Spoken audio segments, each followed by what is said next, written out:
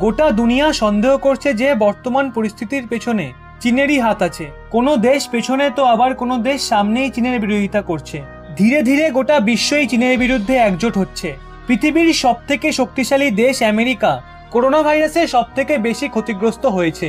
সেই কারণে আমেরিকা করোনার জন্য অপারেশন চায়নার প্রস্তুতি নেয়। যখন আমেরিকা তাদের এক্সপার্টদের চীনে পাঠায় এটার পরীক্ষা করার জন্য, এটার তদন্ত করতে যে করোনা ভাইরাস উৎপন্ন হলো কিভাবে, কিন্তু চীন আমেরিকাকে এই অপারেশন চালানোর পারমিশন দেয়নি, আর তাদের দেশে ঢুকতে পর্যন্তও দেয়নি। এই কারণে আমেরিকার প্রেসিডেন্ট ট্রাম্প চীনের অবস্থা খারাপ করার জন্য উঠে পড়ে লেগেছে। আবার অন্যদিকে ভারতের প্রধানমন্ত্রী নরেন্দ্র মোদী এই সুযোগে চীনের বিরুদ্ধে এমন পদক্ষেপ নিয়েছে যা আজ পর্যন্ত কোনো প্রধানমন্ত্রী নিতে পারেনি।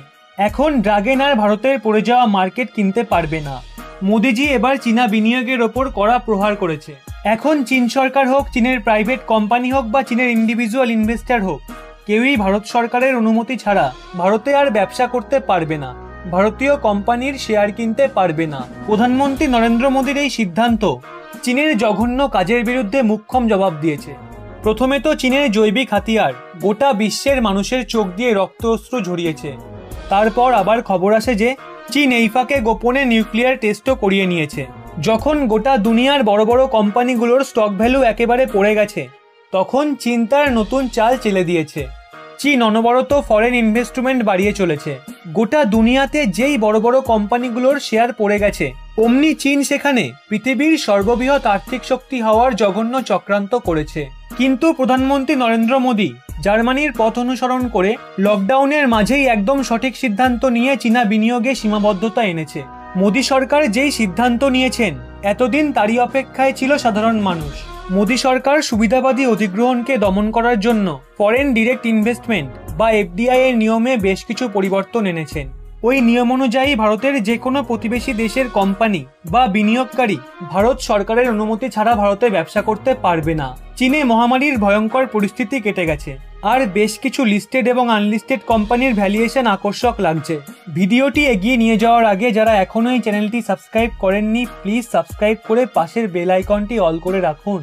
Paytm, mobility, e commerce sector, renewable energy, pharmaceuticals, manufacturing sector থেকে শুরু করে ইনফ্রাস্ট্রাকচার আর কনস্ট্রাকশনের মতো সেক্টরগুলোতে চীনা বিনিয়োগের ডিমান্ড বেড়েছে। কিন্তু নতুন নিয়মানুসারে চীনকে যে কোনো ধরনের বিনিয়োগের জন্য ভারত সরকারের কাছ থেকে পারমিশন নিতে হবে। যদিও চীনা সরকার এই ব্যাপারে আগে থেকেই অবগত ছিল, চীন এই ভয়টা আগে থেকেই পাচ্ছিল।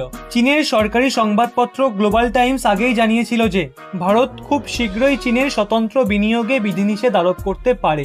চীনা সংবাদ মাধ্যমের এই ধারণা শেষমেশ সত্যি হলো। কদিন আগেই চীনের সেন্ট্রাল ব্যাংক এইচডিএফসি ব্যাংকের কোটি কোটি টাকার শেয়ার কিনেছে। ওই অংশীদারি কোম্পানির গ্রোথ 1%-এর চেয়ে একটু বেড়ে গেছে। করোনা ভাইরাসের মহামারীর মাঝে চীনা বিনিয়োগকারীদের সন্দেহের চোখে দেখা হচ্ছে।